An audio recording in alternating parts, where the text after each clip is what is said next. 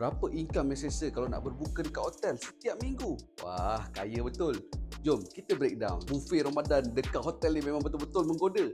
Kambing ada, sushi ada, yang grill-grill pun ada. Dessert pun bukan main berderet. Tapi bila tengok harga, oi, boleh kering air Leo ni. Jadi soalan dia, berapa income yang selesa kalau nak berbuka dekat hotel setiap minggu?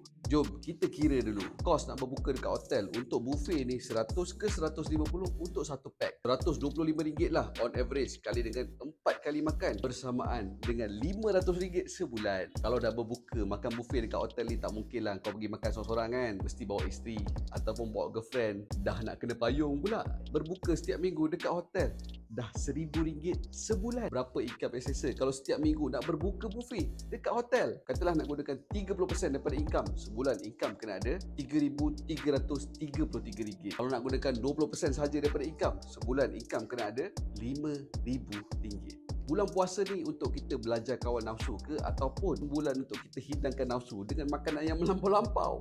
Ada tak buffet hotel yang murah dan berbaloi? Kalau korang tahu, cuba komen.